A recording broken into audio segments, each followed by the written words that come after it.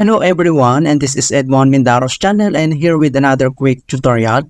At sa video ito ay tuturo ko on how to install or uninstall Microsoft Store apps in Windows 11 or Windows 10. Alright, so without further ado, let's go ahead. So ang next step ay dito lang sa start menu, so click mo lang yan. And then dito sa searching bar ay search lang natin yung Microsoft Store. And then click mo lang yung open.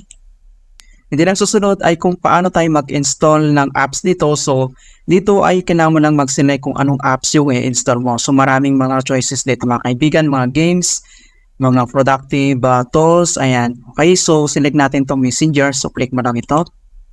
And then ang susunod ay kailangan mo lang select yung get, ito siya. Ayan, so download complete and then open lang natin itong apps. So click lang natin yung open.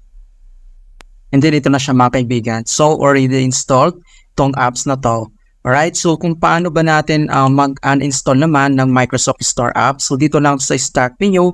So right click lang tayo and then select mo lang yung settings. Dito sa settings ay kailangan mo nag-select yung apps. And then dito sa apps ay kailangan mo nag-select tong installed apps.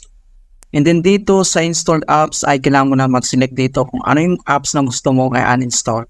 Okay, so hanap tayo dito, scroll tayo. Ito siya. So kung paano mag-uninstall, so dito lang sa right side makikita mo dito yung tatlong dots. So i-click mo lang yan. And then select mo lang yung uninstall. And then click mo ulit yung uninstall. Ayan, so uninstalled already.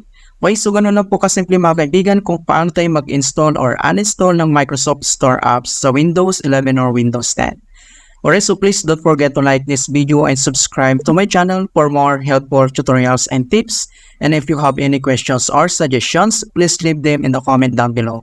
Thank you guys and see you in my next tutorial.